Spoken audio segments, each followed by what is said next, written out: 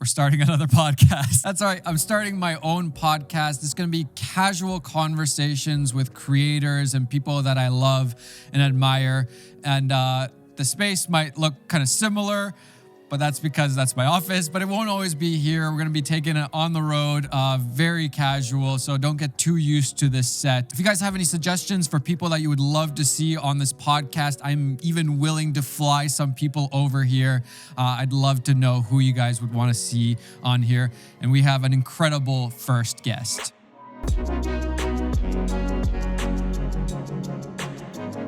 Okay, first official episode of the Matti Haapoja podcast with none other than Chris Hau. Bro, I'm honored. You sent me that text and I was like, I dropped my phone. I was like, really?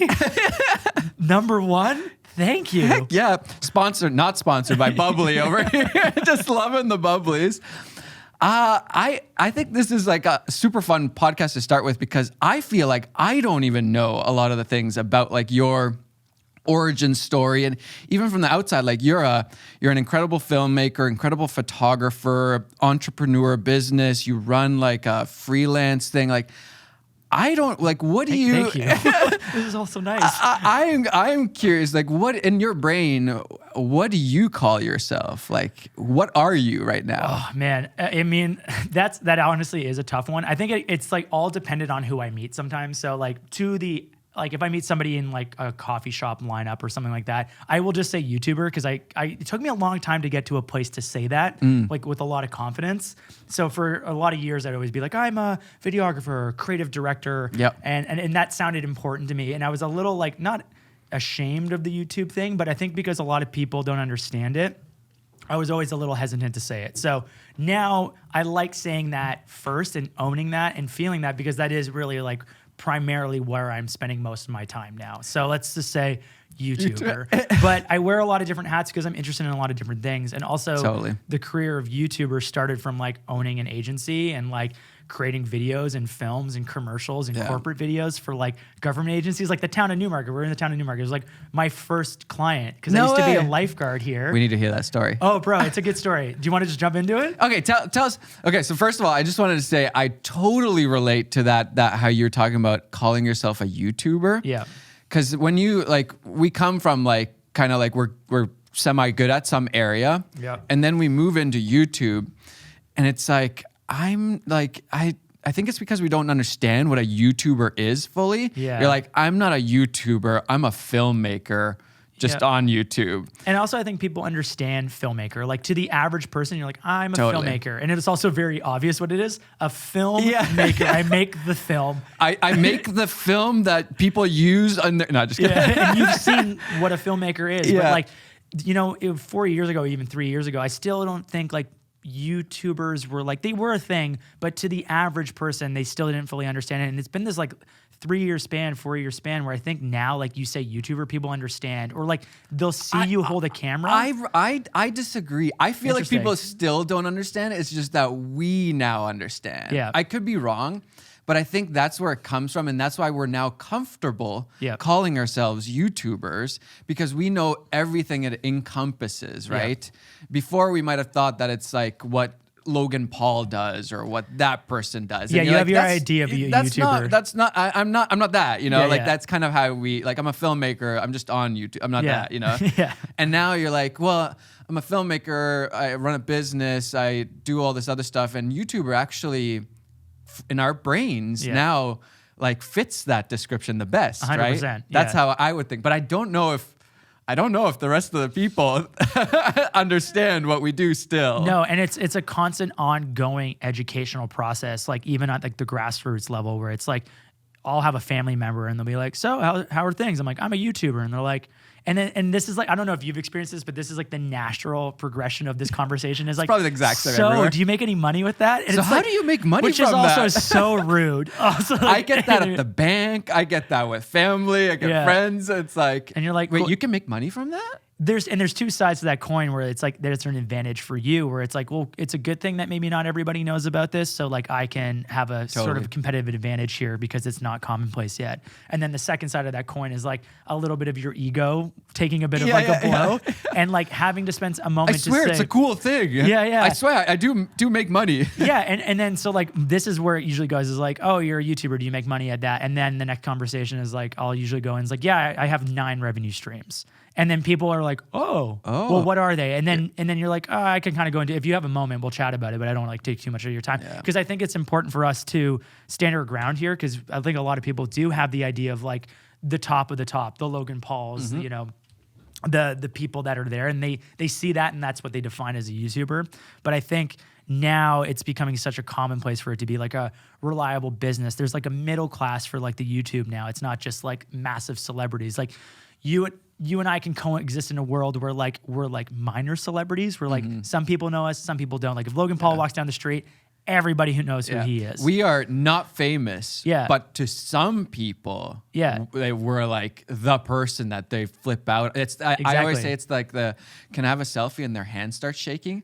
It's that, you know? Okay, I'll tell like a nice story. So I met this guy. We went down to the States recently to go to like a photography conference, and I had that exact thing. He's like, hey man, I DM'd you. There's like this owl that's at the station, and we can go and shoot the owl. And I felt so bad because he pulls out his phone. He's like shaking, and it's this photo of the owl like in front of me. I was like, and like I do this thing like because I think I learned this from Peter. He like will double tap someone's like own photo like on Instagram, and I'm like I did that, and he's like thank you so much, and then he like calmed down and we just chatted a little bit. But it is interesting because I don't feel like that. I'm sure you don't feel like a celebrity. The majority of people you walk down the street, they don't know who the heck you are. They don't care who you are. You're nobody to them. Or like we'll be with like Lizzie's mom or something like that, and someone will recognize Lizzie, and then they'll be like, "Can I get a photo?" And Lizzie's mom's like, oh, this is real. This is exciting. Oh, there's a celebrity. Like, it's so that's what I think is really cool about YouTube. So like to tie it all together and kind of where this conversation started is like I like taking the ownership over saying I'm a YouTuber now. But you know, the hat comes from being a creative director, whatever that. It's such a little pretentious, but whatever. That's why like I just changed it to like photographer. But you know, coming up with cool creative ideas, you know, being an entrepreneur, both on like investing in real estate, investing in different businesses, starting different things like that. Those are things that excite me now. And then coming as a videographer, photographer, editor, and just wearing the hat when I needed to, but I'm glad I have the spectrum and the experience of doing it all so that I can now just focus on the things that I enjoy, which is honestly just being like a person that's like, here's a cool idea. I'm a personality in this, and let's make that. It's also one of the hard parts is that like we get lumped into one thing, right? Usually you get kind of like big on YouTube for one thing. You're known as that guy, or the photographer guy, or the filmmaker guy, whatever. And then you know you're doing that for a while, and then like we're not just that, right? Yeah. And so it's like there's more to me. Yeah, you have this like need of like. But I'm like also an onion. There's layers. Yeah, I'm also into this thing. Like, I want to make a video on this thing, and then you make that thing, and like nobody wants to watch that. But you're like, dang it, like like you know. And so then you're like, I guess I just have to do. I've gone through like a recent like, I feel like full circle with that stage where like I loved filmmaking. I was like, I don't care if anybody calls me a filmmaker, YouTuber, and then I'm like. But I'm more than that. I'm not just a filmmaker and like I whatever. And then now I've kind of like gone back to the roots again. I'm like, I love being a filmmaker. Like we just shot with Peter with the new Canon R5C. Matt Barnes, you know Matt Barnes? Oh, insane guy. Like he's amazing. You like once I was so jealous that you went experience. to his church, by the way, because I've been chatting with him randomly about doing a video for like a year, and it's just like timing never worked out. And then I was like, of course, Matti and Peter went to his church. Dude, I had no idea. Sorry, Matt. I had no idea who Matt was. Like before going into this, Peter didn't tell me anything. He's just like, "You want to go shoot with the new Canon?" I was like, "Yeah, sure. That sounds fun." Yeah. I was like, "So what are we doing?" I was like, "Oh, we're shooting this guy, Matt Barnes." Like, cool. And then like literally he's like, as we're pulling up, like of course me and Peter catching up in the car for an hour or whatever. Like I didn't even get a chance to turn on the camera. And I'm supposed to now shoot with this guy. And then we pull up. He's like, oh, by the way, he lives in a church. And I'm like, And it's a giant playground, and it's sick.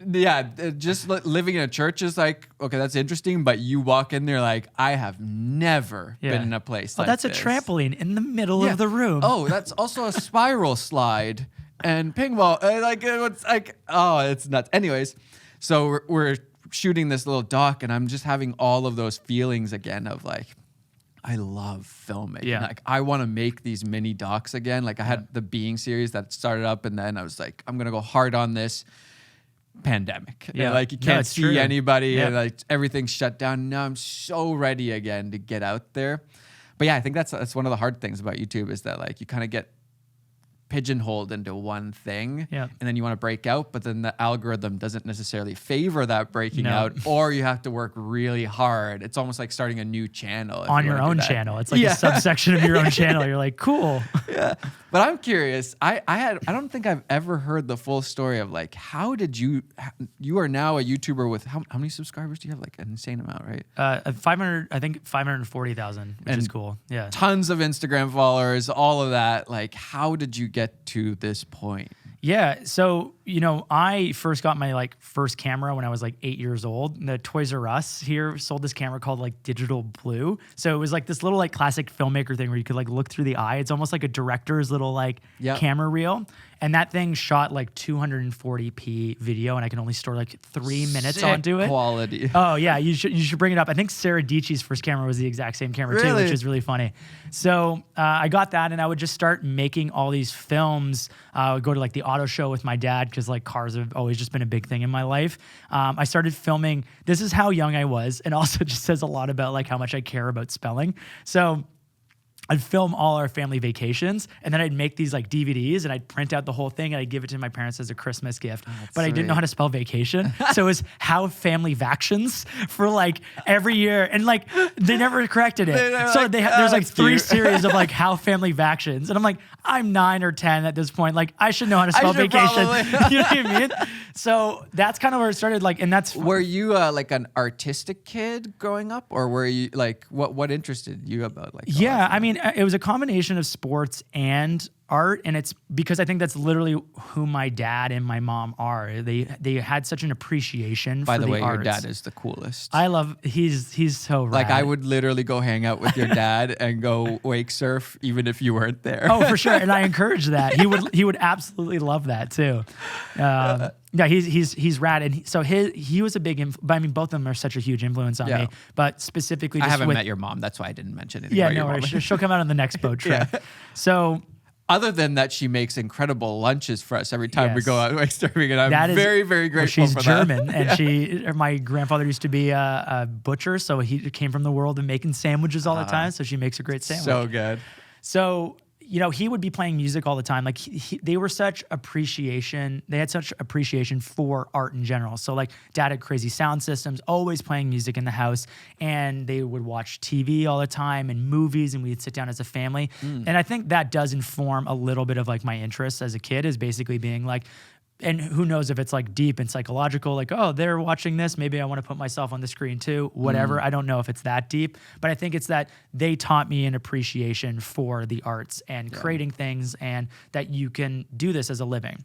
So long story short, I ended up going to school for radio and television arts, but I had the grades to pursue engineering, and I remember I was really divided. I was in my drama class because I was the head of the improv team at school. So I grew up playing guitar, singer-songwriters. I played in bands, which I'll get into in a bit here. You were an art kid, totally. I would say. Yeah. But at the same time, I going out wake surfing and kiteboarding and all this kind of stuff too. So I loved all sorts of things. Yeah, so that's what I was gonna. This surprises me because I was I'm not sure if you're like me, where I hated art class. Yeah. I didn't take any art classes. I would have never taken a photography class in high school.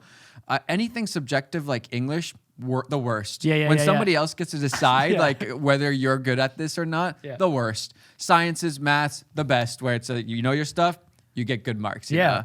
And so like that's how I grew up. So I was this is super interesting. Well, I loved drama class the most, and there was something about like performing that had always kind of stuck with me. So like, if funny enough, like I remember doing these like little performances from like my family when I was growing up. I'd like dance to Michael Jackson in like, you know, our family living room, and I'd create these things. And then, you know, as I got older, I got into music, and that's a big thing why like Peter and I are super close is because of the interest in punk rock music. So like I had played guitar in punk rock bands and singer-songwriter, acoustic stuff. I would perform at all the talent shows, did the improv So team. that's where you know Peter from? Yeah, it's kind of not like we met because of the wedding industry, but we really like connected over like our passion for like Angels and Airways and Blink-182. Like it's like odd how deep of a connection there is there. Yeah. But anyways, so I always just liked performing, and I liked going on stage. I liked making things, and so I was writing songs. I was doing all this kind of thing, and then I started filming videos to promote my music. And so I fell into it just by necessity because like I didn't know anybody who had a camera. So I was like, I'll film my own music videos. Right. So I was writing, and so much work. You write a song, you record the song, then you film the music video, then you do that. Like if you want to talk about like a laborious process, it's like musicians, that there's so much work there. I have so much respect for like people like Andrew Huang who write the song and then film the video for the song. So I learned by doing that. So this is the weird thing that you have to like take down your ego at some point. So I remember releasing all my music and I'd have these videos and people would always be like, awesome video. And I'd be like, what do you think about the song? How about the singing? Yeah. And they're like, yeah, that's cool. But those videos, man, are amazing. And I was like, okay. And so I started getting like offers to make videos for like other people and different artists. And so I started noticing this like weird shift in demand for like making music videos for other people. Nobody's asking me to play music, but people asking me to. And I would do like a gig at like a bar and I'd make like $200 in the evening. And I was like, oh, that's cool. Then I would get paid like $500 to make a music video. Yeah. And I was like, oh, there's more demand here. And I'm really enjoying this. And I still get to create, and I'm going and like traveling and doing some of these other things that I've like always kind of wanted as well. This wasn't the dream, but it might be a better dream. Yeah. And it's also just recognizing that without even realizing it, like that was the beginnings of like the modern day rock star is I think like what a YouTuber is now. So like the popularity of like, you know, the hair metal bands in the 80s and in the 70s and all these artists and like the 90s, it's really just like that shifted. So music is still like, I think a huge force, not only in my life, but in like culturally it's so important. But I just noticed that there was like a demand for it. So how this all ties in with Newmarket is, so I was making these videos. My boss, because I was a lifeguard for the town of Newmarket, saw that I made these videos, and she was like, why don't you make a video promoting the aquatic department? So like we had this like whole staff training. I filmed this like super fun video, and then they ended up showing it at town hall. And like for whatever reason, everyone loved it. And the mayor came up to me afterwards and was like, I love that. We're going to find a way to like get you a job here. And would you be interested in just getting paid the same as a lifeguard? But you're just making videos all the time for the town of Newmarket. I was like, okay, sure. That sounds fun. So I shifted into the communications department. I got a job there. I was like 16 or 17 at the time, which was really cool. So and you like started young, super young. And they were like, hey, we have this concept for a video. I was working with this girl named Crystal Moss, who was like the communications director. And she's like, we want to make this one video. Let's do it together. And we promoted, it was called Glow, if we want to bring it up or whatever ends up happening here. And that video went like viral in the like government world. So like it got 8,000 views or something like that. A different kind of viral. So for a government video, if it gets above 1,000 views, it's like a home run. Like they're tweeting about it all the time. Everyone's loving it. And like, awesome. And you think about like that one video literally got every other government agency to email me. So I got like the city of Hamilton was like, oh, I saw that video. Do you want to get paid to start doing jobs here? City of Burlington, all these other government agencies. So I became have more like, money over here in Burlington. It was a little bit of a competition. And all of a sudden I just became a little bit of like the government video guy. So I started this company when I was like 18 where I was just making government videos all the time. But they're like internal videos? Both internal and external. And like, you know, and it's funny because that network is so small. And I think there's a really great lesson here. I think we always get caught up in thinking like your video has to get like 100,000 views or 1 million views for you to start getting like inbound leads. But like literally if the right person out of like 50 people see a video, that could be game changing for you. Yeah. So literally that one aquatics job turned into like one other job, which turned into like literally starting a company. And then when I started that company while I was in university and then had enough business to like start doing that freelance right when I finished university. That's and then smart. it grew. And then Lizzie went and worked at a company for a year and learned all the stuff because I didn't have any experience on how to run a business. I just knew how to make videos. Yeah. So she came back in and was like, yo, you're doing a bad You job suck at business. but you're great at making videos. She brought structure in and then we like scaled and then just became like, that's what we were doing for like 4 years. Is just a lot of our clients were government. We started doing stuff for banks. We were working with Mercedes-Benz. Like that's kind of just like the progression of coming to the point. And then I really, really wanted to make like travel videos. And going back to the time when I was a lifeguard, I remember a friend of mine like asked me like, what would you want to do in the future? And I was like, I'm a big fan of this show called Lonely Planet. There's this guy named Ian Wright on it. I don't know if you're familiar with it. I think so, yeah. Yeah. And he would go around the world and he would like have all these cool experiences. Yeah. And I was like, I want to do that. I want to make a TV show where I travel around the world. Well, fast forward, I was like, you know what? I want tourism boards as a client because I had this one really weird experience where I got paid to be a videographer on a cooking show. And we went to the Yukon with Massimo Capra. Okay. He's like a famous chef here in Canada. Yeah. And while I was at dinner, I remember like the guy from the tourism board picked us all up and we all showed up in these like cool Yukon, all blacked out Yukons. And the producer on the show was like, hey, thank you again for like supporting us on the show. And I was like, what does that mean? And he's like, oh, the tourism board is providing support for us to like pay for all our expenses to make this TV show. And the TV show now has distribution, which we get paid for the distribution and the content creation. I was like, oh, so like you don't have to pay for any of these expenses because the tourism board is paying for them. So I learned that there and I was like, I want to get paid by tourism boards or at least even have the opportunity to lower my expenses and essentially, quote unquote, get paid to travel, but I make my thing and at least I don't have the expenses for it. Yeah. So that kickstarted like while we were doing that, I was like, I want to build this like sub-genre in our company where we do like travel content and viral content. So I started by making a video of my parents and I going on our last like family vacation because I was getting older. So I filmed this trip in Arizona. I sent it to the Tourism Board of Arizona and I was like, buy my video. And they're like, no. And it, like looking back now, it wasn't great. But I remember I just had so much confidence at the time. I was like, come on, I have an agency. Like, this is great. And at the time, you probably thought this is the best thing I ever made. Exactly. Right? It's incredible. But they later were like, you know what we'll do is we'll tweet it for you. And they like put my name. They like, at the Chris Hau made this video in Arizona. It's super beautiful. Watch it. And I didn't realize like how powerful that like little moment was and like how much leverage I had for like the next one. So that year I like had challenged myself because I was still living at home to like travel once a month out of every month. Yeah. And so I was like, the next trip that we're going to do is we're going to go to Ireland. So I booked the trip and I emailed the Ireland tourism board and I say, look, the Arizona tourism board paid for a video. Like I was kind of like a little like sneaky line, like look, a little cheeky, like they shared it and they loved it. And so they ended up giving me like— They supported this video. Exactly. And they gave me this letter that basically said like, hey, show this to any business when you're in Ireland and like, hopefully this letter will like get you a free experience. Like it's up to their discretion, but it literally just said the Tourism Board of Ireland hopes that you support Chris Hau and his content creation, signed by the Tourism Board of Ireland. Interesting. So I had this letter. A blank check. Yeah, it was super cool. So the first place that you go to when you land in like Dublin, or at least the first place I went to, was like the Guinness factory. Yeah. So we arrive and I show up and I'm with my like friend's family at the time too. And they all want to just do the tour. Yeah. So I'm like, can you just give me like 1 minute? I'm just going to go and like ask somebody. So I'm like going up. I don't even know who to talk to. I'm like talking to like some intern. I'm like, hey, I have this letter. I have a letter from the Tourism Board of Ireland. Can I like film something here? And they're like, okay. And like they like contact the communications department and we're literally sitting there waiting for like 10 minutes. And the guys are like, yo, the tour is about to start. Like, we're going to go. I was like, just 1 more minute, please, please, please. And eventually just right in that moment, a call came down from the communications department. And they're like, hey, we'd love to offer you like a free tour and a free beer of the factory. Like, are you interested in doing that? I was like, yeah. And so like we do the whole experience. It was like the first time I was ever getting like a transaction of value. Like someone likes my content enough to give me a free beer. Yeah. And I didn't realize how important that was at the time. But literally that like— You didn't go to the fanciest hotel after that? No. Like, I have a letter. Yeah. I got a free beer. Come on, give me a free hotel room. Do you know what this letter means? I wish. Also, Arizona tweeted my video. Yeah.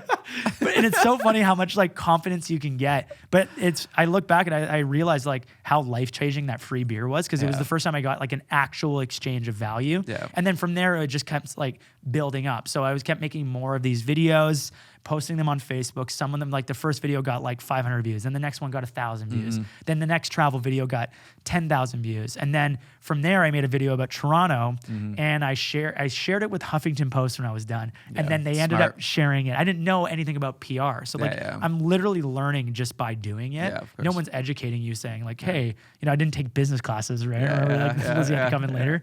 So they shared it, and the video got like 100,000 views overnight, because that was like a big thing at the time. Yeah. And that was like, I got press, and that was like my big first piece of like, it wasn't tweet, it was literally like Huffington Post shared the video. And then the same thing happened. I was like going on another trip to the Azores in like the middle of the North Atlantic Ocean, which is part of Portugal. Yeah. Emailed the tourism board, and I sent that piece of PR, and then they ended up giving us a free trip. And I remember just sitting there. We were on this like trip where we went to this like abandoned hotel. I remember sitting at the edge of this abandoned hotel, looking over this view at sunset, being like, this is real. Like this is actually happening. That was I've made it moment. That was it. Like thinking about it now, I literally just got shivers again, thinking about how like impactful that was, and being like, this is not a pipe dream. No. This is not BS. This is like an actual thing I can do with my life. And then from there, I just started making more videos on Facebook. This is a long story to being like making my first YouTube video, by the way. I love it. And then I started making more of these travel videos. We went to Montreal, we went to Quebec City, we went to a few other places, and started getting, and then eventually turned into like a proper paid job with the Tourism Board of Ottawa.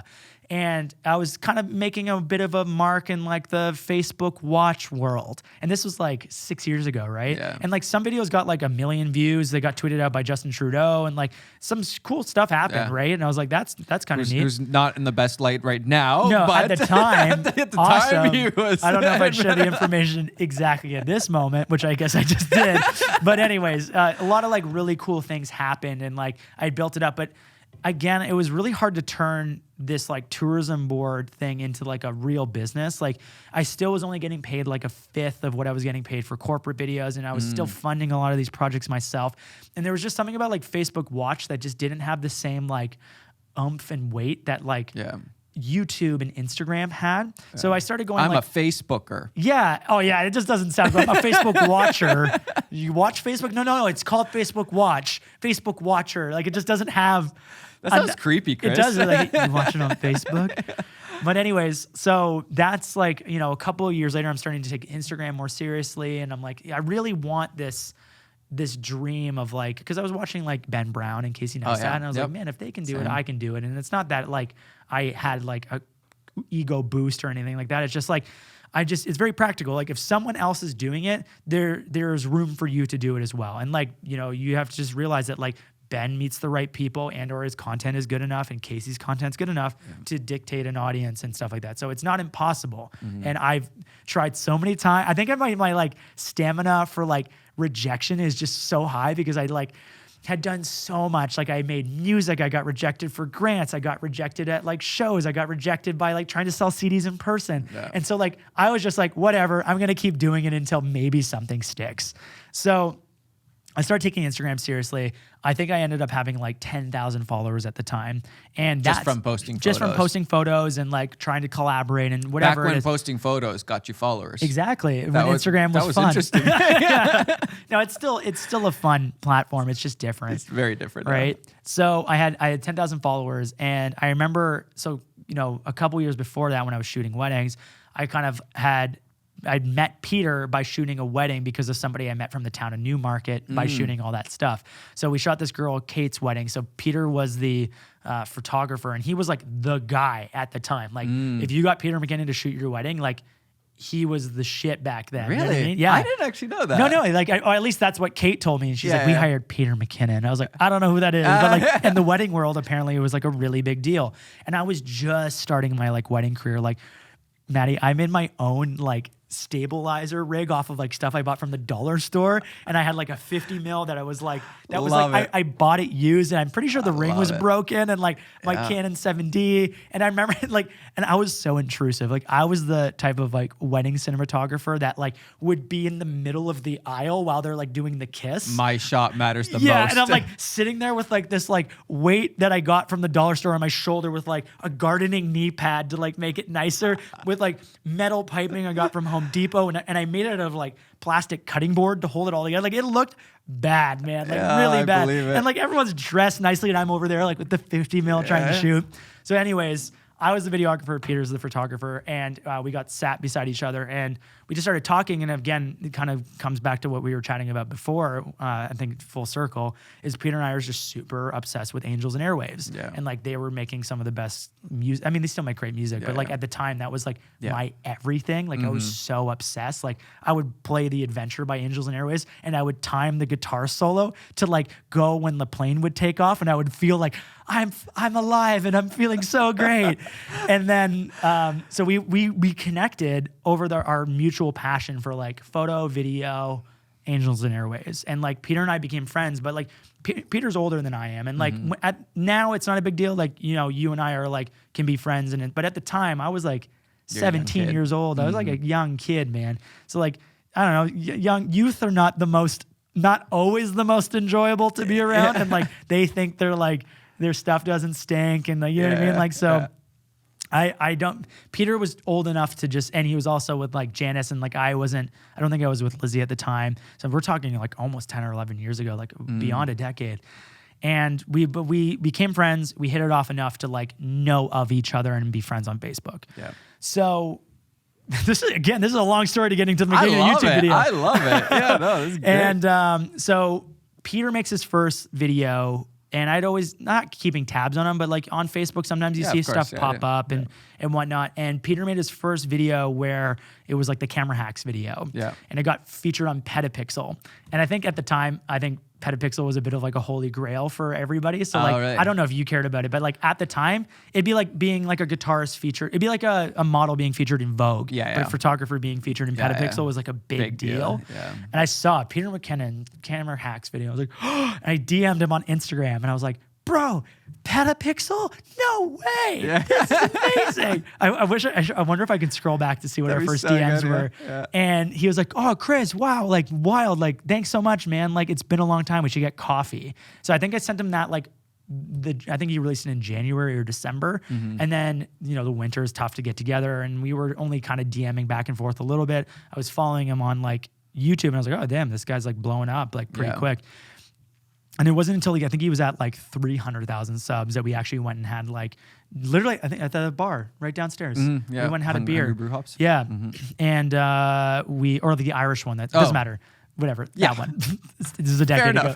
And so we caught up for a beer, and what was supposed to be like a half an hour conversation turned into like 4 hours of talking and just being like, there was so much like serendipity between our lives and weird stories, and like very specific weird things that have happened to me have also happened to him. So like, I don't know, it just really like glued the friendship together. And I think he like was late for dinner, and Janice was like, come home. And he's like, no, I have a new friend or something like that. And we just kind of stayed in touch. And I invited Peter out on the boat, and we had a fun surf day, and like that was really cool. I helped work with him on some YouTube videos, just something. I lived in the area. I lived 10 minutes away. So he was like, hey, can you come and just help me shoot something? I was like, sure. I'm not doing much. Like, but I was still doing this whole Facebook watch thing. And then Peter was hitting 1 million subs, and he did that like 9 months or something like that. And we were at the St. Louis here down the street. I remember sitting, and he was just like, yo, I'm just going to say, like, I think you'd be really good at this YouTube thing. I think you should maybe start. Right? And I think you should also stop being a Facebook watcher. Like, really, you should just stop putting your energy there. I did not know about this whole Facebook watcher thing. Yeah, it was just like, and it was just funny because like that's what we used as leverage for all our clients and trying to like build our way, and it worked. But I did like in the back of my head, because like if you come back to the core of like being an entertainer and being a musician, like I think I just did want to be a bit more of a personality, and I just enjoyed. I'm like, the Caseys exist. the Peters exist, the Mattis exist. Like all these things are happening. Like there must be room for me too. Yeah. So that's where the core is. I think I always wanted to do that, whether it was the vehicle through music or a vehicle through YouTube or video or whatever it might be. And Peter just kind of sat me down and he's like, I think you'd be really great at this. I think you should start and then you should commit to it. And then just see where that takes you. And part of it too is it's helpful when someone's gone through it. I've always used the analogy that like if someone's walked through the dark forest, just follow their candlelight and like you'll probably be able to get through it too. So, you know, Peter gave me a lot of confidence and like also just having someone who can tell you like this is possible and like I'm making okay money, you know, at the time and like you should do this, right? Yeah. So I just committed. And then that's 4.5 years ago was just like the commitment to start making like consistent content. Yeah. But it was tough because we still had the agency. So like, I think we were even talking at that time. You're like, you still doing that thing? And you're like, you should do YouTube. I'm like, but I have this job with my wife. And like Lizzie hadn't started yet too. For people that don't know, my wife's also a YouTuber. And so she relied, and that was a tough thing for us because she relied on the agency and she relied. So you didn't want to abandon her. And I can't abandon her and I can't just be like, well, peace. And like that did cause a lot of conflict for us because like I'd be working on these like brand deals and I was like, man, I'm getting paid similar money to make a corporate video, but I'm making a video on YouTube. And I'm like, I love the YouTube video and it's fun and it's like freedom and it's liberating and empowering. And like, I just feel like I'm dying making this corporate video. And she's like, well, too bad, you're gonna have to make it or this is my company now, so let's just figure out like a decision here. And then God, like Lizzie's channel started taking off and she started getting these like signs from the universe, like brand deals and opportunity that said like you should do this, which is it all fell into place at the right time. And now we both are YouTubers and own that and have separate channels and we are YouTubers. We are YouTubers and I can confidently say that. So that's the full spectrum of the story. It's really interesting. I've recently started thinking about like especially when I come into contact with young people and they're like, what should I do with my life kind of thing. Like that's you know. What a question. Like this is my choice. Like okay. But you know, like they're trying to figure stuff out. And like the way I've started to like visualize in my brain, like you are in the middle and then you have this circle around you, which is like the dream, right? Yeah. Whether it's being a YouTuber, filmmaker, photographer, graphic design, whatever it is, your lifestyle wants to be. Yeah. And most people think that there's like this one path in front of you. It's like a straight, narrow path. Yeah. And you gotta like be really careful to stay on that path. If you go to the wrong university, done. Yep. You're ruined. If you take the wrong job, done, ruined. You've lost it. You've gone off the path. You're never gonna make your dream. Yep. And the way I see it is like it's the circle around you. And it doesn't matter what direction you go. Yeah. Any direction you go, as long as you take a step forward. Yeah, exactly. That's the only thing that will get you to that dream, right? Just take one step. And it might seem like the most dumb step, like, you know, you're getting a job at the lifeguard, you know, whatever. And sometimes you don't even know what steps are steps that are meaningful. Yeah. Like a collision with Peter at a random wedding venue in freaking Sharon, Ontario was arguably a life-changing moment for me, and that manifested friggin' 6 years later. Yeah. Right? Like you don't know. 100%. Right? But it was a step in the right direction. Tyler told me about Peter's channel. I didn't even know about it. Like my channel was at like 20. Before he was I was at like 20 or 30,000 subs or something like that. And then Tyler was one time like, hey, have you seen this guy, Peter? Like he's kind of making the same stuff as you. I was like, no, this is interesting. Somebody else is doing this. Like looked him up and I'm like, oh, this is sick. And I was like, what? I think he lives like near me. Yeah. Sent him an email and then like rest is history. We were in Switzerland like a week after. I remember that video, man. Yeah. I remember being like, look at them. They're doing it. That's wild. Sick. Porsche's driving down the Alps. Blah. We had no idea what we were doing. Zero idea. And that's what I think made it so fun is that we were so naive and so clueless that we were just doing whatever. And it was fun.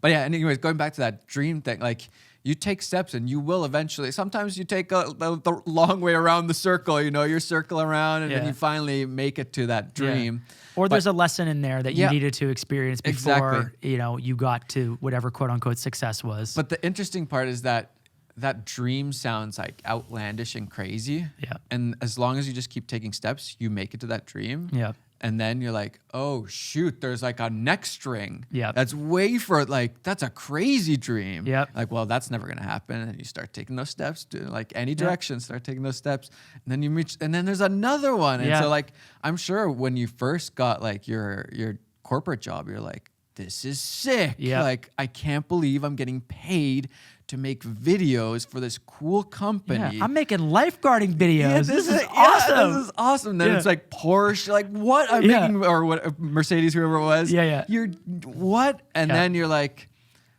next dream, like, but this dream is even like, and then you start going after that dream. And like, next thing you know, you're like, no, I want to do my YouTube. And like, what's the next thing, you know? Totally. Like, and it seems like so unrealistic. Like funny right now, like I'm like really interested in real estate. That's like a big thing right now. And I have this like outlandish dream to like own like quite a few properties. And I just think I'm like, it's cool to be in a place now where you can probably have the confidence to say like, it will happen. Yeah. And it just is just going to take like, maybe it takes 20 years. Yeah. Right. So now I start to go like, all right, let's take the next step. Yep. And then every year, what's the one thing I can do right now? Totally. And you start to like, all right, let's read a book here. Let's do this. All right, let's have a conversation with the real estate agent. Let's do this next thing. But I'm a firm believer that anything that you want to do is absolutely possible. It could take 10 years. It could take 20 years. It could happen next week. Yeah. It just really depends on like how you define success and what you want. And I think a friend of mine said it to me, and I'll never forget. It was so casual. And I was just like, I want to make YouTube videos. And he's like, you will do it because you want to do it. And I just really liked that because it's like literally like you will do it or you will achieve your success because you literally want it. Yeah. And when you want something, and it depends on how much you want it, it will manifest or will come to, or it will happen in some form. So like I believe in a version of that. Like I don't think we can do anything that we set our minds to. I think that's also like if I set my mind to like, you know, colonizing Mars, I don't think I'm going to be able to do that. Right. Yeah. Like, okay, maybe I might get close or something like that. But you know, what's funny though? Like think about how ridiculous Elon's goals are. Yeah, I agree. I agree. Yeah. So you get, but the reason why I don't even care about that part is that I know it'll take me somewhere that I probably couldn't have even dreamed of. Totally. Like what's the quote? It's like aim for the stars and you'll at least hit the moon. Yeah, exactly. You'll end up somewhere where you're like, how did this happen? Like I never, ever, ever planned to be a filmmaker, a YouTuber, Instagram, none of that stuff. Yeah, because it didn't even exist. It was like developing as you were doing it. And I was never interested in anything art related. When people called me like a creative or artist, I still cringe a little bit because I'm like, no, that's not that's not who I am. But then I realized like, you know, like editing is just like problem solving. Like, I love this. Like, how do I get from here to there? I have these two clips, but they don't, what do I have to do to like get them to fit? Like, can I add something else? Like, how do I tell this story?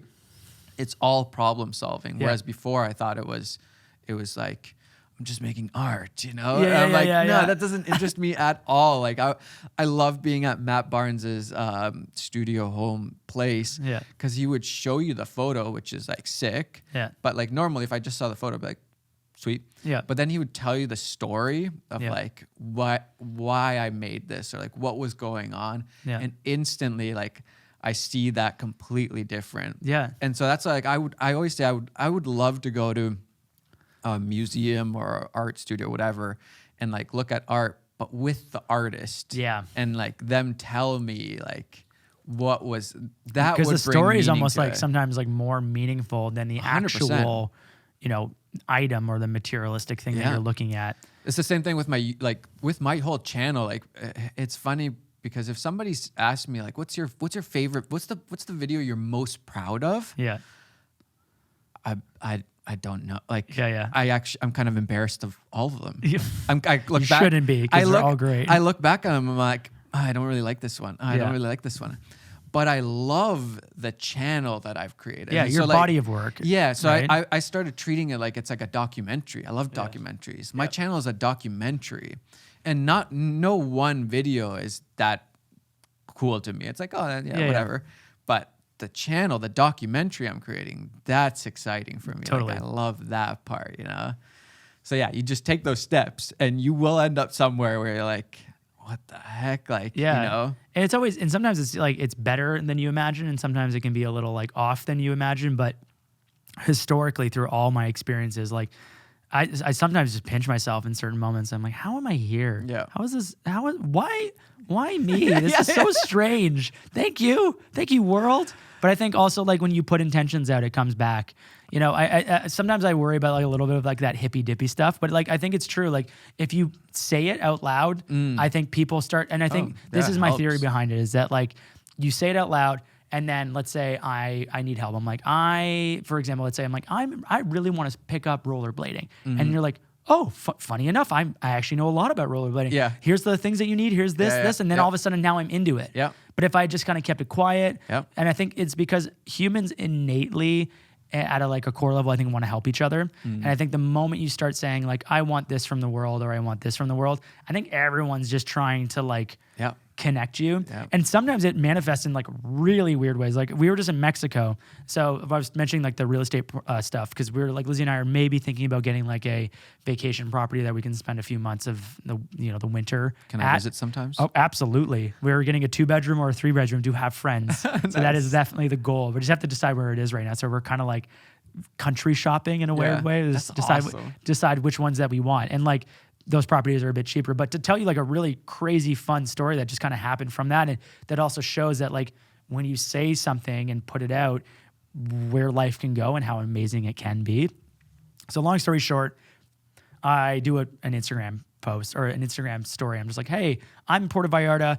Does anyone know a real estate agent? So a fan connects me with his agent that helped her, like she helped him buy the house and he was really happy. So she starts saying, all right, I'll show you some of the different areas. And she's like, what do you want out of a place? And so we say our list and she's like, I have a place for you, but it doesn't hit any of like, not any of them, but it hits like half of the ones that you want, but I know you're going to love it. So the first place that we go to is this like pre-development condo. And this guy comes around the corner wearing like a GT3 hat, which is like a Porsche GT3 hat. And he's like, I'm so embarrassed. I'm not wearing my suit. I'm sorry. Like, hi, I'm Alfonso, the developer. I'm like, man, the developer's coming to like come say hi. That's pretty cool. I was like, I love your hat. GT3, you into Porsches? And he's like, yeah, I am. I was like, do you have one? He's like, yeah, I have 3. And like, and so because I'm passionate about like cars, we just start like nerding out over specs and things like that.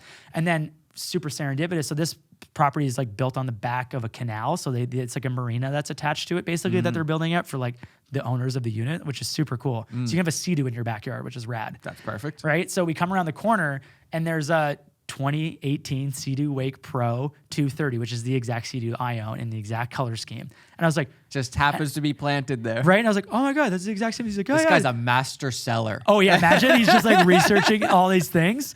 And then he ends up, he's like, yeah, I just bought that 2 days ago. I was like, did you buy it off Facebook Marketplace? He's like, yeah. I was like, I was looking at that one on Facebook Marketplace. I was just curious at like what they were selling down there. And then so we hit it off. We become friends. And then he's like, hey, are you interested in coming out? Like, I'd love to take you on the bay tomorrow, like on a yacht ride. And I'm like, oh my God. I was like, sorry, I'm a little busy. Sure, why not? And then so we all go and like, you know, it's another country. We're trying to be like careful and stuff like that. But you know, I read the guy well enough to be like, this guy's probably legit. And at the end of the day, he's probably trying to do like a sale, but whatever. Let's just go. And we go out and he takes us on the yacht. We see like the whales and he never mentions anything about the developments or anything like that. We just have this amazing time. I ended up like shooting this like campaign I needed to do while I was there too. But what I'm getting at with this story is like, think about how small, like if you bring it back to that root, like life was so amazing because we like decided, like I just said one thing and then another thing we led. should do this. And then I had this super memorable moment that's like a top 10 moment for me that was just like seeing the most amazing sunset with new friends, with all the people I love on this boat with whales and seagulls are coming around and we're drinking like the tequila that the woman's dad makes at a factory. Like I was like, life can be so amazing. And it's like, all that just came from just saying one thing. And I'm sure there's people who are going to watch this podcast and go, well, of course you were looking at real estate or of course you're doing this. It's like that happens on small levels everywhere. You know, like I remember being in a Starbucks line and a friend was behind me and popped in, hey, Chris, how are things? oh, I'm making videos. Oh, funny enough, a friend of mine's looking for a video. And then I ended up building this like relationship with this company, and that led to amazing things too. So I think life can be where I'm getting to, and what I want you to take from the story, because it was not a flex, is purely from like. So then I was on this yacht. yeah. It's hard for it not to sound. I was buying another property. But what I don't think anybody's taking it like no, that. I hope not. You did. Yeah, clearly I did, but nobody else. But what I really just wanted to take away is just like put your intentions out in the world. Like if you want to be a YouTuber and you're scared of it, just start saying it. 100%. Start telling people that you want to do it, because then that's when the collaborations come in. That's when like these amazing life experiences come, and life can just be so great, I think, if you just say you want it to be. And everybody is scared and nervous to do those things. Like I'm sure people watching this, like, of course Matti starts a podcast. Yeah. But I thought about it for a while. I was like, I don't know, talked with Tyler, and then like that, the small steps. Like, so it's going in my head. Like, I think I should I really like podcasts. I listen to them all the time. Yeah. And we had the Matti and Pete show, have it, but it's very hard to schedule two people. Two adults with families and jobs and traveling. And I absolutely love doing it with Peter. I just wish we could do it more. So I'm like, maybe I should do it just my own podcast. Yeah. And then I was like thinking, I was like, I don't know. And I don't think anybody cares. Like, I don't think anybody wants to listen to me. And it's not going to be interesting. It's funny how the doubt is such a real thing. Yeah. If I don't have Peter here, like who's going to listen? And then I tell Tyler, and then, like one step, and it's like, Tyler, do you think Chris Hau is going to want to come on? I'm like, I don't know. Like, maybe he's probably super busy. It's like, Chris, do you want to come on? But and then my actual reaction when you sent me the text. But cool. But literally in my brain, it's like, I don't want to inconvenience him. So like maybe he'd be willing to. It'd be cool.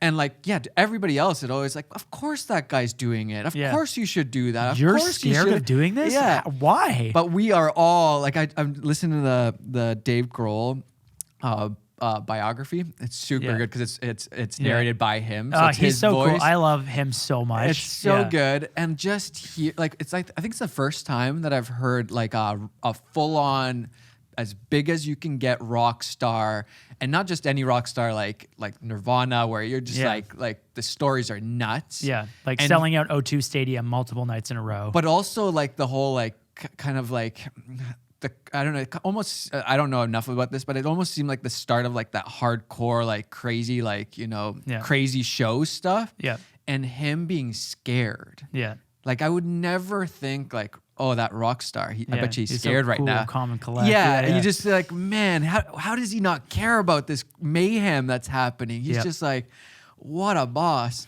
And then you hear the backstory and like, I was freaked out. Like I wanted to run out and like where's the emergency exit? Like, and then you're like, oh, like they go back to their normal lives of like no money and stuff. It's like, like what? Like, And so like it's always easy to look at other people and say like, oh, of course you should do that. Yeah. But then for yourself, it's like it's just way scarier. Totally. And it comes back to kind of what you were talking about before. It's like the little steps, like you push outside of your comfort zone just a little bit more. And sometimes the leaps are a bit bigger than you want them to be. Maybe it is playing this massive show in front of a bunch of people, or it's this big undertaking of a YouTube video that really like you learn so much from, and it's being uncomfortable for X amount of period. But like that's what makes you more resilient through all those things too. Yeah. And then you still have enough, like you're still doing the podcast. And that's what matters is you took the step. Yeah. And like as much as you can like constantly keep thinking, I'm scared. What about this thing? What about this? Whatever. You're just like, let's just do it. Yeah. And like, you don't know what, funny enough, I saw like a really interesting tweet even yesterday. Like it's like someone did 1,000 episodes of like a Tesla podcast and they invited Elon to come on it. Yep. And then he responded and said, sure, I'll do it. That's a lot of podcasts. That's right? Like, I'm coming on. Yeah. And I just think about like, it's like, you don't know when these like moments of success are going to happen, but like, as long as like they took 1,000 steps or whatever it might be, like, and that's years of constantly making something. But, I think like that in that case, it's like literally anything is possible. Yeah. Right? As long as you take one small step. I think that sometimes comes off as discouraging because you're like, well, I can't do what that guy did. Yeah. Well, that's because he didn't do it in one step. Yeah. He took 100,000 steps to get to that place. And any one of those small steps, like like to the audience, it's like, well, you just texted Chris. That's not a big step. Yeah. Like it's like, okay. But it can feel like and that. sometimes it feels like it, but Yeah. yeah, it was a pretty small step in the end, and like that's all it took. And then like this morning, I was a little nervous, like I don't know how this podcast is gonna turn out. People are gonna hate it. Yeah. And it's like, well, I could just text Chris and say, let's just do it some other time. Like never mind. Yeah. Never mind. Things came up. Yeah. Like Or like, let's just go for it. Yeah. Like, let's just try it. Okay, let's start setting up the cameras. Let's start setting up the mics. Like, and like, I always get that way before I travel. I don't know about you, but I get really nervous in the airport. Always. I get really nervous right into the moment I enter the airport, and then I go, "This is the best decision I've ever made." Mine is to the point that I get my bags checked in. Yeah. Nowadays, I don't fly with checked bags, Yeah. but for some reason, I always stressed about like, what if my bag is too heavy and I'm gonna have to like go through the whole thing and like it's gonna be a nightmare. I don't know why, but yeah, same thing. Stress It's right up to because- that point. Because I mean, travel is stressful, and it can moments like that. But I think you have to like, I call it like, it's like similar to like investing. It's like averaging in. So Yeah. like if you average in all your travel experiences, they're probably mostly all amazing. And like even when we first got to Mexico, like super stressful. Arrived at our hotel, they didn't have our bookings, so we're like, oh, we don't have a place to Perfect. sleep. Awesome. Yeah. Right. And like, yeah, and there's insurance and blah, blah, blah to make you more comfortable. But those moments, like my bag didn't show up and the booking wasn't there, and we were all like jet lagged and tired and everything like that. And I was like, cool, traveling sucks. And then the next day you're like, and then that thing happens where you're like on the boat and you're like, wow, what an amazing life Traveling experience. is insane. I will never forget this experience for the rest of my life. So, because I always get scared about doing that. Like, it just happens, and you get really close to something, and it's really easy at that last second to just like bow out. Oh yeah, Right? I think everybody gets that, and it's like big and small. Like literally, like this podcast, it didn't really cross my mind, but that nervousness could have cost me that starting this podcast where it's like, I'm just gonna go. I'm gonna stay home. It's more comfortable. Like, and like, oh, we're leaving for Norway soon, and this is happening, and there's so much to do. Yeah, there's always there's an excuse my for accountant everything. just texted me, and I have to like, or whatever it might be. Yeah. But then you do the thing that you love doing, and then you're just so happy that you took the step. So I resonate with that. Yeah, especially after this pandemic, like I think it's over, ending. I hope it's over. It's weird how it does feel a little bit like of a sweep that like all the governments are like, well, okay. Yeah.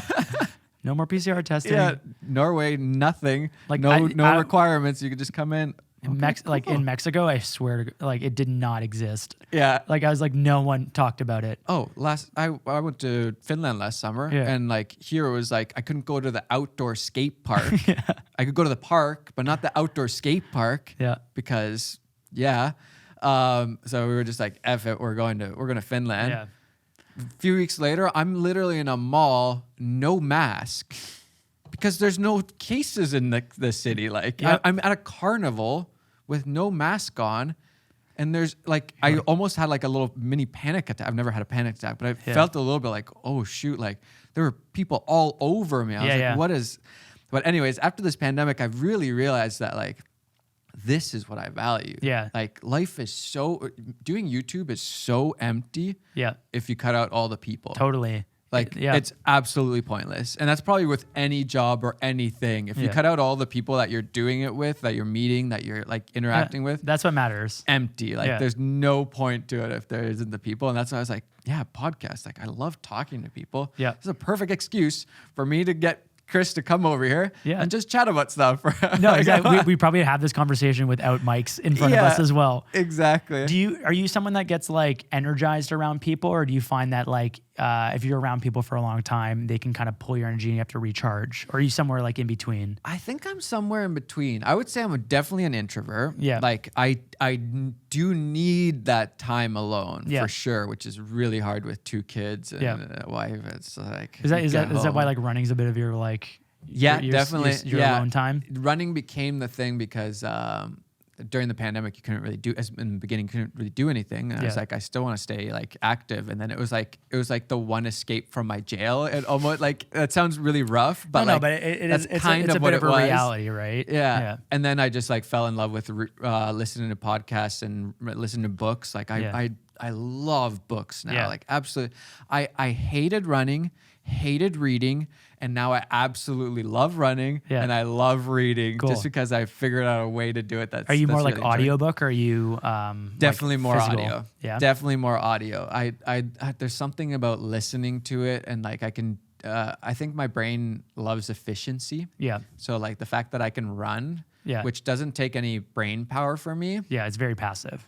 And then I can listen to a book. Yeah. And actually, I crave running because I want to go listen to a book. Cool. Not necessarily it's good that they're because I want to go intertwined, running. because then it, like one could trigger the other. Like, oh, okay, I want to go running, I'll listen to a book, or I want to listen to a book, I'll go running. Like they're both very positive things. Exactly. Yeah. I think that's I bet any money if more people were able to tie a really positive thing to a workout, any sort of exercise, they would do it way more. Oh, absolutely. But the problem is that most of these like trainer people are like the psychopaths who just enjoy the workout for some crazy reason. Yeah. And then the mere mortals of us are just like, this hurts. I don't want to do this. Yeah. And so you need another positive thing. Yeah. Like, and so for me, as soon as I like anything that draws attention to the run is terrible for my run. I hate it. If anything, like I switched to using the Nike app, and by default it was like announcing like my like pace and stuff, and I was like, great workout. This is the worst run of my life.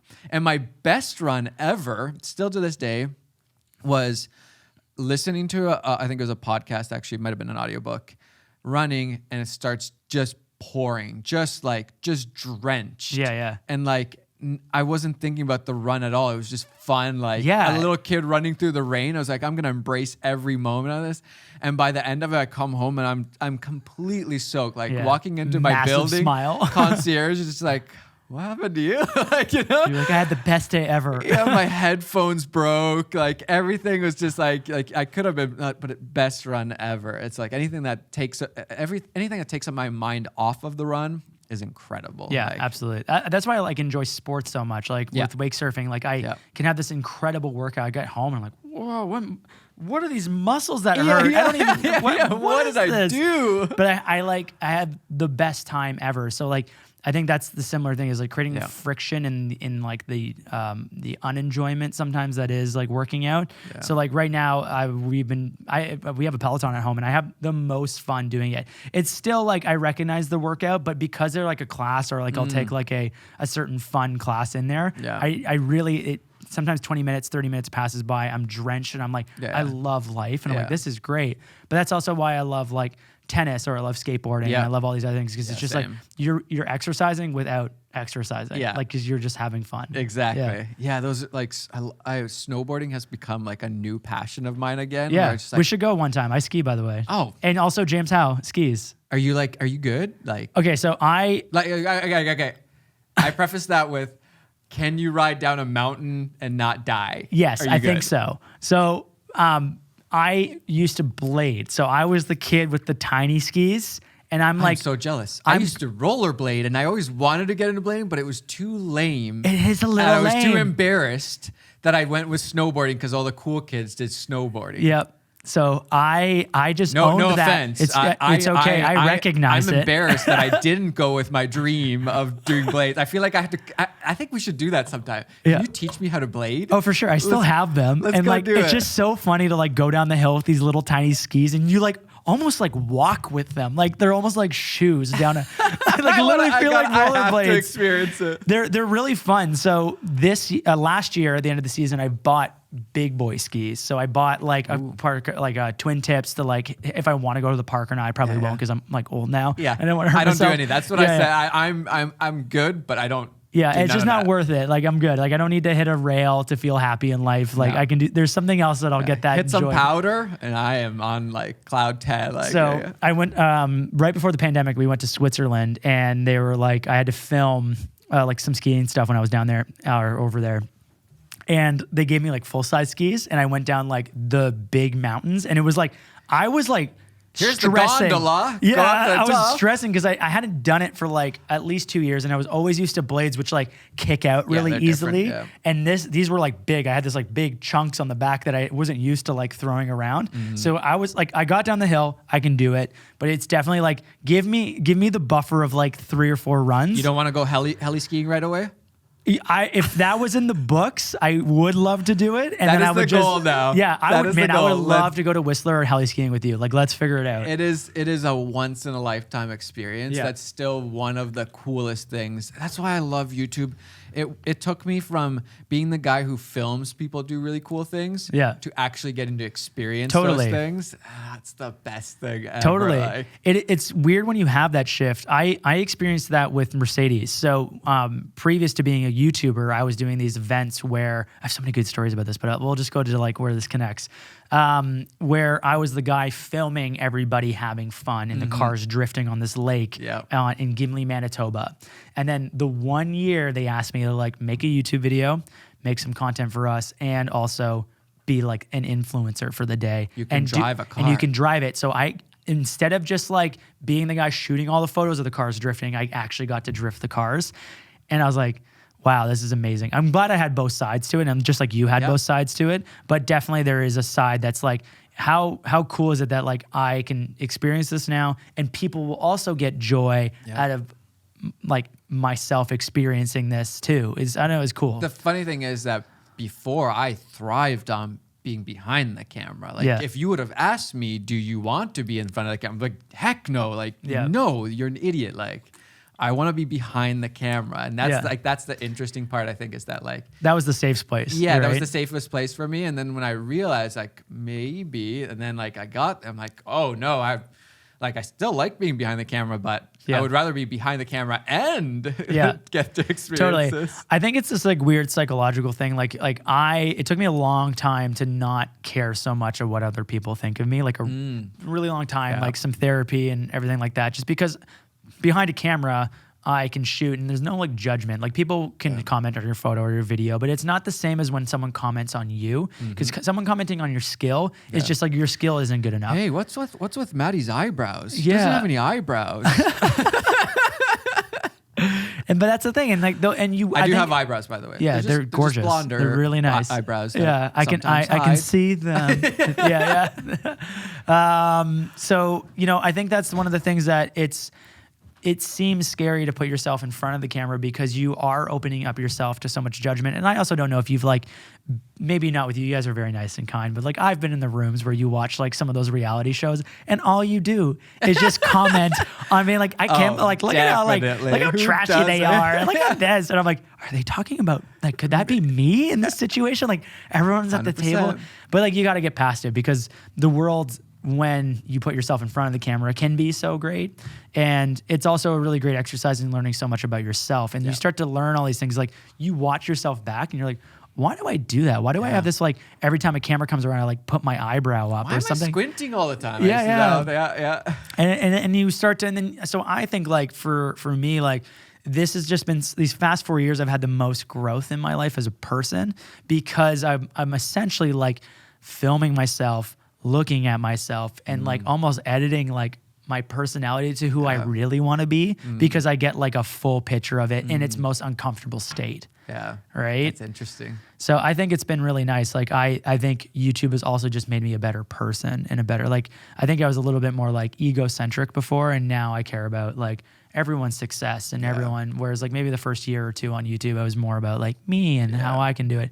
And then I'm like, I don't like that person. Yeah. Why don't we fix that? That was one of the things I was smart enough early on when I started YouTube to realize that like you are building a character, right? Yeah, totally. And you want to make sure that character is as close to who you really are as possible. Yeah. Because eventually you'll be like, I hate this character. Totally. And it's not you. Yeah. And people expect you to be that character. Like imagine like Logan Paul vlogs, like that's a character that he built. That's not like, there's probably aspects of Logan in there, but that is a character. Absolutely. And he clearly blew up, and then he's like, I don't want to be that character anymore. I just want to be Logan. And like his podcast and whatever was probably really helpful for that, whatever. Well, it's like on a really deep level, it's similar to hiding behind a camera because you're hiding behind a personality or hiding behind a character. Yeah. And then that character is not you. So again, you can always kind of throw it on me like, well, they're judging the character. You're not judging actually me. That's true. That's a good point. And it's really like this weird place to just be like, and I agree, like it's such a like I don't even know how to say it. It's just, it feels so good when you meet somebody that's a fan and they're like, you're exactly like you are in your videos. Yeah. Like that or might you're be the even nicer than I thought. Yeah. That's like, oh, that's thanks. I Thanks. appreciate that. Cool. Do I come across as Yeah, now you're back in your head you again. can take that. Yeah. I always like to take things in the positive. I always tell my wife, I'm like, assume the positive. Yeah. You always win if you assume the positive. Totally. But when you put yourself out there or you put a version of yourself, people do put you a little bit in a box. Yeah. And so it's trying to show as much in depth. This comes back to what we were talking about at the very beginning of all this is like, can you show as much as your personality and like how much are you wanting to show? And like, I don't know. I want to be as transparent and as honest as possible on YouTube and just like, here's who I am. Judge it as you see fit. If you like it, cool. If you don't, whatever. It doesn't make any It doesn't difference. matter. It really does. It doesn't matter. Although it still does. Like it's No, there is like a 5% it matters. At high level, it doesn't matter. Day to day, you're reading comments and you're like, positive comment, positive comment, positive. And then there's the one idiot that says something annoying. And you're like, why does that bother me still? Yep. Like, even though I think I'm pretty good, I'd never engage with negative comments and stuff like that because I think it's better to ignore than to give them a platform. Totally. But still, why does it, even if it's like a tiny bit, why does it, it's just, I guess it's just human nature or whatever. Totally. I think it's just like we care, right? Like just like as much as we like being in person, the internet still feels a little bit like we're communicating. Totally. And then you want to be like, but you don't have the context and you don't have the understanding and you don't know what my decision making is and you don't understand that I had a deadline that I needed to hit and this was like the way the edit is. Yeah. And I'm trying to please you, but I'm also trying to please the client, but I'm also trying to please myself. And it's just like, and then you're like, it just doesn't matter. Chris just hangs out and makes videos. Like he just films himself. It's so easy. Like, you know, like I hate that is a tough one. This video sucked, Chris. Like, thanks. Perfect. I just Thank need you. I made this for you. I appreciate this. It doesn't cost you anything. It's free. Yeah. I'm curious. Are you a gearhead at all? Do you like tech? Do you like cameras? I like tech. Yeah. I think I don't come across like I'm a gearhead. I was like 50-50. I was like, might be really or might not be. I would say like when I was running the agency and like the technical mattered a lot to me, I was like super gearhead. Yeah. And a bit of my shift, and I feel like I can like combine this with a funny story. My shift now has all been about story and honesty and authenticity. Like that's what I care about more. So maybe more of my time and more of my energy is focused on building that out rather than like building out gear. But I still nerd out over tech. I still get mad when tech doesn't work. I still want to improve upon like image quality, efficiency, editing. Like all these things matter. Like having a good computer still really matters to me. Having a great camera that has good image quality, that's reliable, that has good autofocus, that has good codecs that are easy to use, that are easy to color grade. Like these are all things that are still important to me. And I can like get as hardcore as a Gerald Undone on certain products to then being like, let's just go as surface level as like, this is a camera, it presses record and captures my face. Yeah. Right? So like there's a spectrum everywhere in that. Yeah. Does it matter as much anymore? Not like it did 4 years ago where I would be like, chromatic aberration mattered to me.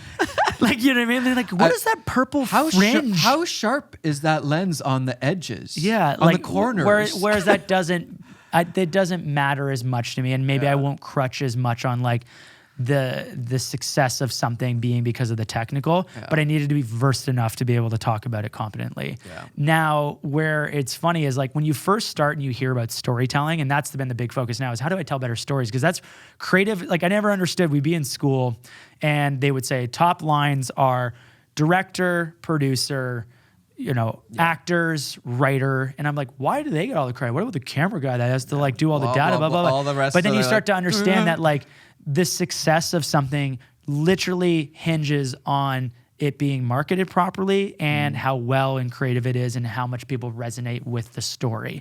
Yeah. Those are actually the things that matter. And there's way more pressure. Way more pressure. Those people. Totally. Like if you're just a guy behind the camera, there's some pressure. If you're the guy directing the guy behind the camera, plus there's way more pressure. Way more pressure. That's why it's like directed by Peter Jackson, and like he gets the credit because Lord of the Rings is Lord of the Rings because of him, not because the camera guy used FX3 with a built-on Atomos like recorder shot with this. Like it matters and it's important, and I'm not devaluing that information, but if you want to look at the success of a media company or the success of a YouTube channel, and which is like what we do now, that's the creative, the idea, and the execution of the story are really like the crutches of a successful channel. Yeah. Right. So when you first start out, I mean, this is the funny thing is like when you first get into this whole space, I feel like we talk about it. We go, it's all about the story. It's story. It's story. So you hear that and you don't understand it as a newcomer to this space. So I will never forget this.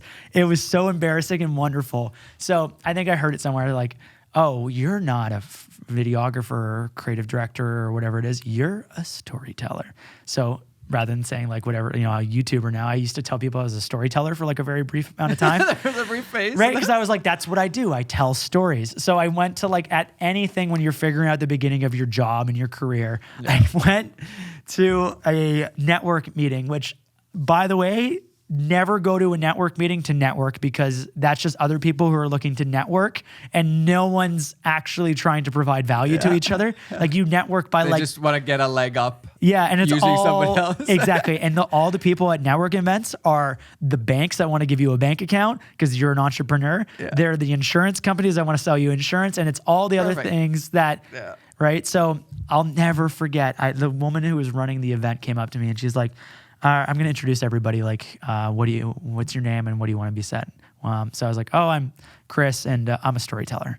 Right. So she goes. And she stands up in front of everybody and she goes, "Hi, everyone. Welcome to the meeting. We're going to be going around and I'll be introducing you." And I was the first person. They're like, "This is Chris. And Chris is a storyteller. So if you want to hire Chris to tell stories at your kids' birthday parties or like tell stories at your next business meeting, he will tell a story and you will love it." And I was like, "I never told you I tell stories at birthday parties. Like, what did you made this part up?" I was literally going to make that joke. Like, Yeah. I want to say you tell stories to your kid. Yeah.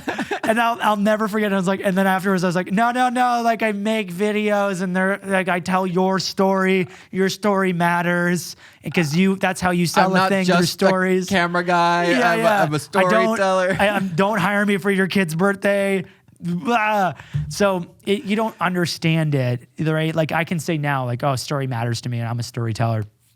And I understand what that means now. But when you first get into it, I think it takes a long time because I almost feels like sometimes you have to go technical and you have to get good at making videos till then to the first point. step. It's the first step is like understanding like how a camera works and then how to capture something to then eventually get to a point where now I go, what is this video and what is the story that pulls somebody into it? Yeah. Well, it's Right? because you don't understand what a story is. Like I used to, when people said like, "Oh, you got to tell a story," it's like, what? Yeah. I'm like, I got to find a villain in this. Yeah. Like, Well, sometimes who's it the villain? just feels like marketing Is D-bags talk about it. Is Chris the Yeah. villain in this podcast, and we got to tell a story? Like, am I the hero? hero? Am I the Yeah. anti-hero here? Like what? And like I didn't understand it, and then you start understanding. You're like, oh, you can tell a story like in so many different ways, and it doesn't Totally. have to be like a book that you used to read with Exactly. heroes and villains. And just like when I'm not a YouTuber, I'm a filmmaker. It's like, oh, now I'm a YouTuber because I understand it. Yeah. The same way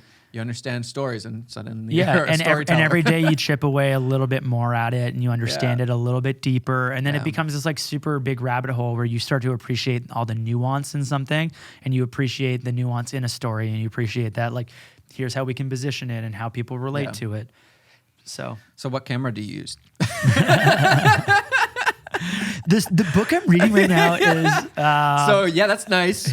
Yeah, storytelling is really important. But what camera are you using right now? so right now I'm Sony A7S III is like my go-to for everything. We got on you right now. Yeah, it's a great camera. It's pretty good. Yeah, you were the first person to let me play with it when it first came That's out. true, yeah. But That was a great I've been day. using Sony for like 7 years. Yeah, you were definitely like before me. On, like so. way in on it. So like funny enough, I actually grew up with the head of Sony Alpha, the Canadian marketing department. She was the head of like not the head or maybe just like one of the top people at the camera department you for had to hook Sony up. Canada. And so she grew up at the cottage beside me, right beside our cottage. So I grew up with. So of course you grew up with Sony then. So yeah, so I literally grew. I You literally can't trust a thing you say. everybody about at that exactly. And you know, when I was first like kind of getting into it, I'd reached out to her and just being like, "Yo, I'm like starting to get into like making films more." And she was kind enough to be like, all right, like, why don't you borrow a Sony camera? So she gave me like some of the original like Sony A7 IIs, Sony A7s, like some of these like really, really early ones that some of them even weren't even shooting video, just like photo and stuff. And then she gave me the Sony A7S. And I think I was like one of the first people in Canada to get to play with it. Oh, wow. And I didn't even know, like at the time, like now, I'd be Yeah. like, embargo, get it? Like film a video? Like, what a moment. But like at the time I was just like, cool. I like sat on it for a week and then like went and shot some music videos with it and just had fun and like. This is the naiveness that I miss when I started my channel. I'm like, yeah. oh, cool. Yeah, I'll make a video. Like, Yeah, it's now just it's like, fun. oh, I have pressure. I gotta hit an do embargo what? if I don't get it out for. So like that stuff is like real now, but at the time it was just very much like you get to experiment. So like I've been using Sony for like I think 6 years, like original Sony A7S. I bought it and I bought a lot of the stuff because I was able to get it like at like a good rate. I was able to get things like I could borrow stuff. Like my friend would literally be like, "Oh, do you want a Sony A7R II for like 3 months?" That's I was like, "Yeah." Yes, for please. sure. So like, Yeah. give me the camera. Here's all the lenses. Decide which ones you like later. And then like, I was able to buy a lot of gear either through her or with Sony. So I got everything at discount. So purely it was just like, I bought one camera and then I had this hookup that would let me play with all sorts of stuff. And like, I didn't have that with Canon, didn't have that with Nikon, but I've used all those cameras. Like my first proper DSLR camera. Like it's funny. So actually, if we go back right to the beginning, digital blue, second camera my mom bought me with her points from Shoppers Drug Mart. Little point and shoot Sony Cybershot. So first proper camera was a Sony. Then my family noticed that like I was doing a good job at this, bought a Sony Handycam to start filming all our family That's actions. legit, of course. And it was. I also, mini DV. that was the first camera I started, Yeah. like sick. See, I was still shooting on tape. That like dates me a little bit too. Yeah. And then the next camera was a Nikon D80 or D70 or something like that. I don't think it was the 90. I think D80. Was that the camera where you're Single? You're like, holy yeah, I was shoot, like, this got a is- 35 mil and like got hired to shoot parties and stuff like that, tell stories. Is there a camera for you where you're like, you unbox it and you're holding, you're like, dang, like this is like the possibilities or like, you know, like, Yeah. have you ever had that moment of like, To be honest, it's really like I found all of them to be tools, but the first one that really made me like shocked was that new Ronin 4D. I thought that was just that's so nuts. cool and like groundbreaking, and I was just like, and the way that like you could have like the wireless monitor and someone could monitor it, and I was like, this is just like an the amazing, most innovative camera that's been super made cool probably like ever. ecosystem. And like I've always just been such like a gimbal fan, like Yeah. for my whole life I like just loved it. So like to have a camera like that just felt so I don't know, inspiring in the sense of the technology and what was capable. The only thing about that camera is just big. Yeah. Like I just don't like big cameras. It's heavy. Right? So, like my biceps were Yeah, like, exactly. even though there's no gimbal or no external gimbal or anything. Yeah, it's still amazing and very light for what it is, like Yeah. in Oh, relative to the yeah, competition. yeah. But that was one of those cameras where I was like, I felt jazzed to make something cool with it Yeah. because I unboxed it and I was like, this is Definitely sick. same. Yeah, I just wanted to see what I was capable of. Totally. But I also have a vivid memory of ordering and buying or getting my first cinema camera, the C300 Mark II, and that was like I'm a film like Yeah, it's I'm legit. more legit Has now. XLRs. Like I can work for these agencies now, Totally. and not be embarrassed that I'm bringing along just this camera or that mirrorless camera or whatever. You know, Totally. like I actually have a cinema camera now. I can hook up like mics to it. And Yeah. stuff. Like, you know, I remember holding Yeah. it, and it cost more than twice what my car was worth. Yeah, So that's I was wild. like, I'm going all in on this. Like, I don't care about having a nice car. Like, I am because it's a in tool this. that matters to you Yeah. and provides income and Yeah, is I knew something I would that be able to make my money back by doing shoots, renting out shoots, blah blah blah. get you know? better clients because of the optics of it, rent it out, like whatever you want to do with it, right? Do you want to unbox a camera with me? I would love to unbox a camera. I have a camera that's the embargoes. I think it should be after this. Cool. You have it? This is a How do I not have it? What? So they just sent me this GH6, and the reason why I think this is kind of a fun camera to unbox for me is because I started my channel and I was on the GH5. Yeah, so yeah, like, yeah. This is kind of like full Full circle. circle. That's here. awesome, man. But I haven't opened it up yet. I have no idea what it's like. I actually let's do know do some it. of the specs. Yeah. I It think looks great. You should get the honors of Oh, opening come it up. on. Here, we'll do step by step. Together All holding right, it. I got the flap. Now you get. Okay, I'll do that part. Now you pull out the camera. You pull it out. Okay. Here we go. This never gets old for me, at least. I'm still definitely How like come this year is ahead. universally every camera box has like 7 steps? Yeah. And you can never put it back together the same and, way. like, Once the you've done- paper, you're like, does it go here? Once you've opened it once, that's it. Okay. Oh, there we go. Ooh, and it's always the same little like package. Ooh, this already feels really good. Okay, is this in the way? By the way, this is not sponsored by Panasonic or anything like that. I don't have any camera sponsors. That's rad. What does it feel like? It's okay. I'm big on ergonomics. I think when a camera feels like an extension of your arm and eye, that's a big win for me. That's one thing with Sony's. When I hold it, I'm like, it feels a little off. Totally. I love Sony's, but it feels a little just off. ever so slightly. I'm like, I wish my hand was just ever so slightly smaller. I take a Canon and I'm like, this feels a little bit more legit. Totally. The biggest reason I used the GH5 sick. in the beginning when I started was because it had a flip LCD screen, right? Nobody else really was doing flip LCD screens. It's like, what the heck? Like, it's so important. So I bought the Sony A1 and I forgot when I bought it that it didn't have a flippy screen. And when it came and I was like, I thought it was dumb. And then I was like, I even made a video talking about how it was almost perfect. And then I forgot. Like, that just shows how quick YouTube is sometimes. Yeah. This is rad. Like this feels great. I'm also a big fan of like the red buttons and stuff like that too. Except on the R5C, it has a red button like this, but it doesn't record. Okay. There's another button here that's also red. I'm sure you can make that other one record, but that threw me off. Ooh, it has been a while since I've held one of these in my hand, or a GH, whatever. I still remember when I was starting filmmaking, I was obsessed with getting like the most film-like look out of my digital. I've never shot on film. I've never shot any video on film ever to this day. But I wanted that look. And so I've spent so much time watching different cameras, and I remember when the GH4 I think came out, and I was like, this I can make look sick. And it actually my biggest travel films that in the beginning that I shot, GH4, that was like. I still have a friend that shoots all his stuff on a GH4 and it looks amazing, which is also just like a great reminder that like the gear matters to a degree, but not fully. You know what I mean? Every camera nowadays is good. It's so good. If you can't, any one of these cameras from any company, if you can't make it look good, it's simply because you suck. Yeah. And you gotta learn some more, right? Like. Oh yeah, they all have amazing sensors. This is exciting, man. I think. It's okay, Tyler. I think one of our cameras cut out. We'll probably be done soon. Have we been talking a long time? Yeah, our cameras are all dying out of like, we must have been talking for a long time. We're like recording for almost 2 hours. So what? Are you serious? No wonder the batteries are. I apologize that this first podcast is 2 hours. You're like, do I have to edit this now? Can you even post 2 hour long videos to YouTube? What the? Okay, thank you. Okay, hour 30. That's still a long time. Thank you, Chris, for coming on the podcast. Thank you for unboxing this camera with me. Maybe we'll make something with it. This was awesome. Thanks so much for being the first guest. I feel like you're gonna have to come on again because I'm sure there's a million things we can I'll like come on if you need a co-host for the day or something, just like a hype man in the background. Yeah, let's do it. Sweet. Thanks, man.